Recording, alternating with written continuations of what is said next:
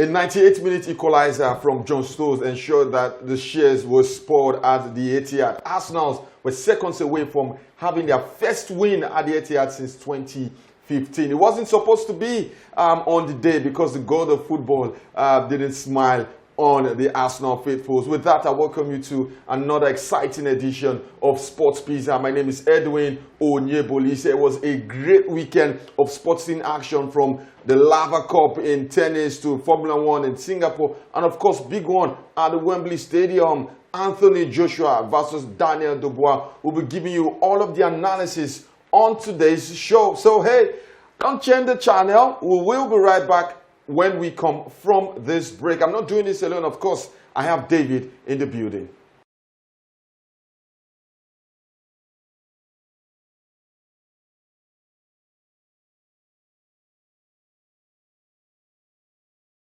Welcome. It's another fantastic edition of Sports Pizza, and as always, I'm in the company of David. David, welcome. How you doing? Yeah, Edwin, I'm good. It was a roller coaster of a weekend I had, but a lot of positives to take into the new week. Hopefully everything goes well. Talking about positive, there were really two or no positives for the clubs representing Nigeria on the continent. Yes, Eyimba progressed to the group stage, but it came via penalty shootout. While for Enugu Rangers, the 1-0 advantage wasn't enough because they fell 3-1 in Angola. Once again, David, is it a reflection of how bad the league is that the champion of Nigeria cannot defeat a team from Angola? Is it that bad, or are there circumstances that plague teams from the NPFL on the continent? I don't think so. I think it's a reflection, a fair reflection of how our league is. I think we tend to overestimate the value of and the quality of our league. We think we have some of the best league. They are the best league on the continent. But you look at most of our best players, they go to the backwaters of Europe, go to Bangladesh, go to Sri Lanka, go to UAE. And I think for that reason, our league is not... The fact that our chanting, we select the best of the best from our league clubs, and then we go on the continent, go to chant, and we can't even make it to the... When was the last time? 2017 was the last time we made it to chant. So I think for that reason, our league is not the standard we think it is. Okay, I've listened to a couple of coaches, and they said, one, money is a big issue. The fact that you cannot entice your best players with money, like you said, the clubs from Africa, from the backwaters of Europe, give them what ordinarily is just a standard wage that is obtainable in Europe, and these guys just jump at that opportunity. Shouldn't that count as a factor hampering the growth of not just the NPFL clubs on the continent, but also the league itself? Yeah, I think so. I agree with that point. Look at the fact that the top scorer of the league last season, Chijoke Mboma at Eyimba from Atlanta, is in Libya and has gone to Al Ittihad of Libya. I mean, Libya and Nigeria, on the football scale, they shouldn't be on the same level. But I think the offer that I got from Libya is something he cannot turn down. So I think, and we've seen that happen so many times. The last few top scorers of the Nigerian league have left Nigeria to the shores of other countries. So I think for that reason, we cannot retain our best players. So I think that counts a lot. I think it does. All right, all the best to Enyimbas. They are the sole flag bearers of Nigeria on the continent. The draws for the CAF Confederations Cup group stage will be held on the 7th of October. Away from that, in the NPFL this weekend, David, we saw 3 draws and 4 away wins. Is this the NPFL of our dreams? This is the NPFL we want to see, where teams can go away from home and pick up maximum points without the fear of their lives, without fear of referees influencing the results? I think it's a step in the right direction, but I think the fact that we celebrate things like this, things that should be normal. You know, when you put 2 teams on the field, the better team should win all the time, or at least most of the time. But because in Nigeria it's not the norm, there are other factors. So when we see things like this, we celebrate it. But I think it will be a step in the right direction if we keep getting results like this. A look at the results. Kwara United and Ikorodu City played out a goalless draw. Heartland and Katsina United also played out a goalless draw. And there was another goalless draw, Sunshine Stars versus Abia Warriors. Remo Stars continued their impressive start to the season with a 2-0 win against Canopilas away from home, it must be said. Plateau United lost to Niger Tornadoes at home 1-2. Nasarawa United lost to El Kanemi in a 7-goal thriller. 3-4 it ended in favor of El Kanemi. And finally, Lobby Stars lost to Rivers United. And look at the standings. Remo Stars are top. 3 games, 3 wins, 9 points. Rivers United are second with 7 points. Niger Tornadoes as third with 7 points. And Sunshine Stars complete the top 4 with 4 points. And let me tell our viewers that the Super Eagles of Nigeria's doubleheader against Libya has been slated for the 11th and 15th of October. 11th, it's a home game at the Godswill Akpabio Stadium in Uyo, while 4 days later it's a return trip in Tripoli, Libya. That is qualifiers for the African Cup of Nations. And finally, from the home scene, David, quickly, Nigerian players abroad. I think Nigerian players this season have started on a very good note. We saw Ako Adams from Montpellier. He has 3 goals this season. He got their winner in their 3-2 victory over the course of the weekend. We saw Ola for Nottingham Forest. They are one of the unbeaten sides in the Premier League. Helped them to a 2-2 draw with 10 men against Brighton. A fantastic result. We saw Victor Osimhen. He still yet to get a goal, but he helped his team. Another assist in their 3-1 victory in the Intercontinental Derby in Turkey. We saw Moses Simon for Nantes. He's one of the Nigerian players that has started this season on a solid note. He has 2 goals, 2 assists in 5 games for FC Nantes. Fantastic one for him. Frank Onyeka, as usual, for Osborne. He's getting another 90 minutes. It's one thing I wanted for him, go to a league where he can get regular consistent football. Very fantastic one for him. We saw Alex Iwobi breaking the record for the most assists by a Nigerian player in the Premier League. He has 30 assists now. Fantastic one in that 3-1 victory. So I think over the course of the season, Nigerian players will continue to shine. How about Jos Maja for West Bromwich Albion? I mean, Jos Maja, we also talk about Shemi Ajayi. West Brom are the early pace setters in the championship, looking to get back to he has 6 goals in 6 games. Fantastic one for him as well. Those are Nigerian players doing fantastic stuff across European League. Let's leave football and talk a bit of other sports. We'll start with boxing. It was the IBF heavyweight clash. Daniel Dubois, the more or less the elevated champion. I remember the IBF had to strip Usyk of the IBF heavyweight title belt and gave it to the next man on the list, that is Daniel Dubois. It was a record sellout crowd, Wembley Stadium, 96,000 fans. Joshua was bidding to become a 3-time heavyweight champion of the world, but it all ended in the 5th round. Daniel Dubois was simply amazing on the night, David. Yeah, absolutely. I think it was a fight of 2 heavy power punchers, but I think Dubois came into that fight with more motivation. You talked about the fact that the IBF title was unanimously handed to him after Usyk, but the fact that Usyk actually beat him to get the title in the first place, so it felt like justice served for him. But I think he came into that fight, and everything that could have gone wrong for Joshua in that fight went wrong. He started on a wrong footing. Imagine he got knocked down in the first round, and I think Dubois took the fight completely to Joshua, and it made it difficult for Joshua to recover. Is there a way back for Anthony Joshua? I know there is a rematch clause, and Eddie Hearn, Joshua's promoter, said they were going to activate that rematch clause.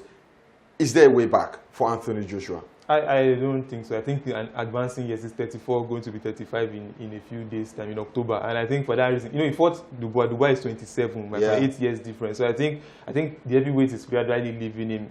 I think this is probably a penultimate chance. Hopefully next year he will get another title shot, but if he doesn't take that one again, I think the way is down for him. In Formula One, someone who is not giving up hope is Landon Norris. Started in pole position, and we've always said he needs to convert the pole position to a lead. He did that, and it was a smooth victory. Verstappen second, and Oscar Piastri the second, McLaren third. Yeah, absolutely. So they say it's from lights to checkered flag. Yeah. It's very difficult for him. 5 races previously, he has always failed to defend his pole position. He always loses it, but this time he did it. And he did it in stunning fashion. He kept Max Verstappen at a distance because he even had slight moments of crashing. He crashed twice, he hit his bumper twice, and he still maintained it. So he felt like, at a point he was about to set the record for, the fastest lap, but Daniel Ricciardo somehow stole it from him, and he stole an extra point. But they closed the gap to 52 points now on the standing drivers' championship, and they've extended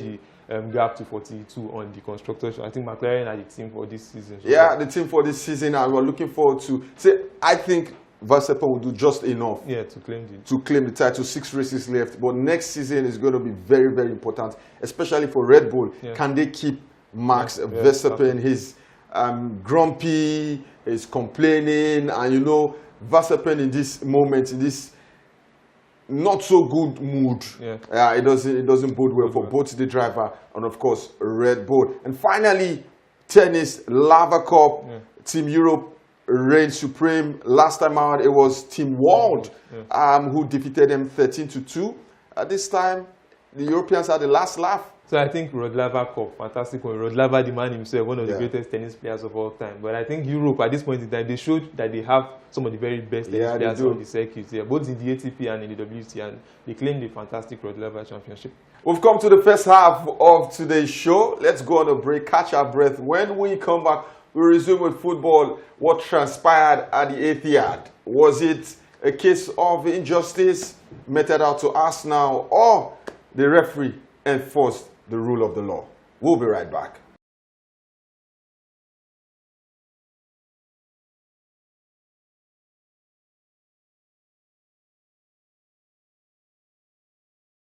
Welcome back to the second half of the show. It is Sports Pizza. Remember to follow us on our social media platforms. The handles are showing now on your screen. David, let's get to the Etihad. Before we get to the controversies, let's start with let's talk about the game itself, the overall play.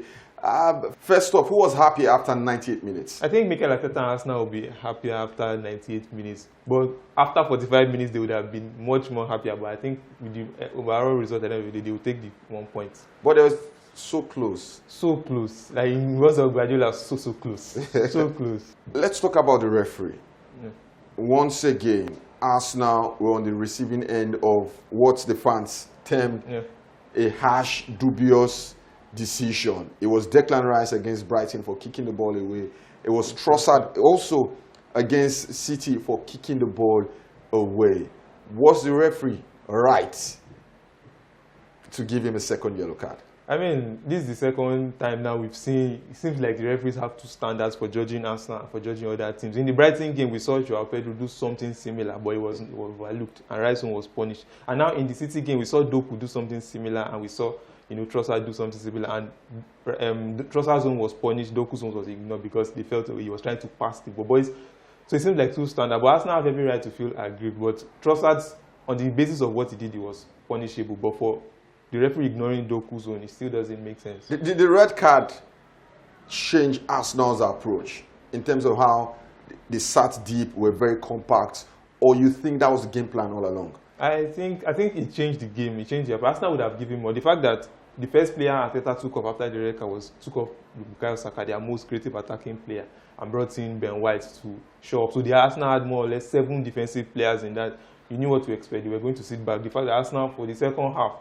they hardly got out of their half. Man City camped completely in Arsenal's half. But I don't think that was what Arteta had in mind. We saw it in the first half.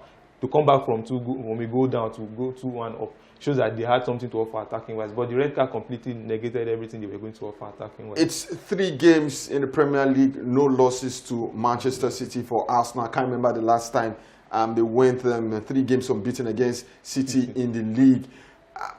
Was that performance the final signal that Arsenal have moved from a team who we question their mentality to a team who can go toe-to-toe with the best team in England? I think, to give credit to you, you've said it a lot of times, that the margin between City and Arsenal was closing over, and now it has closed, and it's just marginal. I think the managers is just the major difference. Maybe a couple of key players, Haaland also, Kevin De Bruyne, are the marginal difference between both. But Arsenal have shown that over time, a lot of times, one of the things that has been questioned is mentality. But I don't know how many teams can go to City, play 45+ minutes of every half with 10 men against City and not concede more than they go, hold them out to the final minute. I think for that reason, Arsenal have closed the gap. Mentality-wise, they've improved. They've shown that defensively, they're one of the best teams in the league. Attacking-wise, they may still have 1 or 2 issues, but they can go toe-to-toe with any team in the league. And for Manchester City, Kevin De Bruyne, we don't know how long he's going to be out. And Rodri, looks like it was a nasty injury. That's a collision with Thomas Partey in the box. With Rodri likely out for a considerable period, and Kevin De Bruyne also missing in action. Do you think the pendulum has swung away from City? I don't think so. I think Guardiola and City, they have not won 4 titles in a row for no reason. They have what it takes when it matters the most. They've faced adversity. Fine, you say Rodgers' adversity is quite huge with De Bruyne also missing, but I think they will find a way to overcome it. They will still give a good title fight. If they will be able to do it, cross the line at the end of the season, we don't know, but they will give it all the way. With Liverpool in the mix, got back to winning ways against Bournemouth 3-0. Darwin Núñez opened his account. There's Arsenal and there's Manchester City, all separated by 2 points. I'm going to put you on the spot. After 33 rounds of games, we have 33 more games to go. Who will win the league title?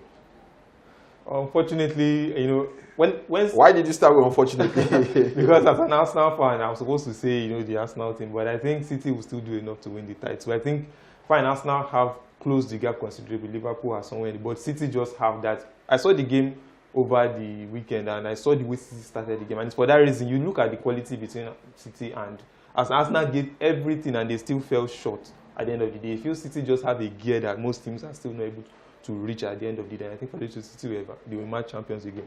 Before we leave the English Premier League, David, Chelsea are on a fantastic run, up to 5th on the Premier League table. Are they back? I think they are on their way back. They are getting in the right mood of play. I think Enzo Maresca is clear exactly what he wants to do, and he has the tools to work with, and everything else seems to be working in his favor. I think defensively they still have a little bit of issues. You know, right back they still have, there are 2 right backs, Reece James and Malo Gusto, not available. They've tried Disasi there, they've tried Fofana there. I think that will be an issue that they need to address. But overall, the midfield, they are getting the balance between Caicedo, Enzo Fernandez, Kopama, and then in attack, Jackson seems to have clicked a gear. I think Mikel Obi getting into his head has helped him click a gear. But they have, you know, out wide, they have Jadon Sancho, they have options out wide. So I think for that reason, if they can get their defensive shape right, I think they'll be good to go this season. I've seen Chelsea fans sarcastically say Mikel should criticize Mikel Mudryk. Maybe to spring him back to life. In the German Bundesliga this weekend, it is the biggest fixture, Bayern Munich versus Bayer Leverkusen at the Allianz Arena. For Bayern, it's a fantastic 100% record so far. 4 wins from 4, they're scoring goals, and they're also keeping clean sheet. Bayer Leverkusen are 2nd on the table. Both teams face each other this weekend at the Allianz Arena. On Bayern's side, they have an inexperienced manager at this level with a quality squad. On the other side, they have an experienced manager in Xabi Alonso, who's won the league title, who's been here before, and a team maybe not at the level of Bayern Munich in terms of quality, but they are a very, very good team. How do you see this playing out this weekend? I think Bayern Munich are the strongest team in Germany. Last season, they completely underperformed, and I think with all the issues. But with company's case, I think we talked about how managers, no matter how good they are, they need quality players to execute their plan. I think company and Bayern Munich seems to be a marriage made in heaven, and I think everything's working well for. And with the quality they have in their squad and the quality they've added, I think for that reason they will be stronger than Leverkusen over the course of the weekend. In the other high-profile game in the Bundesliga, Stuttgart absolutely annihilated Borussia Dortmund 5-1. In the Italian Serie A, we saw the Milan derby for the first time in 2 years. Milan got a win over their city rivals, 2-1. It was a late goal from the academy graduates, Gabbia, a late header that sunk the dagger in the hearts of Milan fans. For Roma, they got their first win of the season. In fact, they scored multiple goals for the first time this season. The 3-0 winners against Udinese. Our own goalkeeper, Maduka Okoye, was on the receiving end of that hiding. What else, David? And for Juventus, it was another draw with Napoli. Before we leave, let's quickly touch on the UEFA Champions League. We saw game week 1. Didn't match your expectations. What did you enjoy? What improvement would you like to see? I mean, this new, Swiss format for the group stages, I think the teams are still getting to grips with it. I think it provides a different set of, ways to approach the competition, because usually, the previous format, you play 3 games at home, 3 games away from home against the same set of teams. But now you are playing 8 different teams. Sometimes you play 4 at home, 4 away. So I think you face each game as it comes. There's no, added jeopardy. Oh, the next game something else can happen. So I think for this reason, teams are getting used to. And then again, when you win your ranked on a table, and for that reason, teams are getting used to it. But I think hopefully in subsequent weeks, teams will get used to it and they'll play better. Yeah, so we're expecting a fire-cracking match day 2. Starts next week. Yeah. Enjoy the Europa League games. We'll give you all of the analysis when we return on your screen. And that is where we drop anchor on today's show, Sports Pizza. We'll leave you with our video for the week. Remember to give us a follow on our social media platforms. The handles are showing on your screen. And from me, Edwin Onyebolis here, it's been a pleasure sharing the studio with David. Do have fun. And David, thanks for being around. Always a pleasure. Pleasure to be doing this as well. From David is goodbye.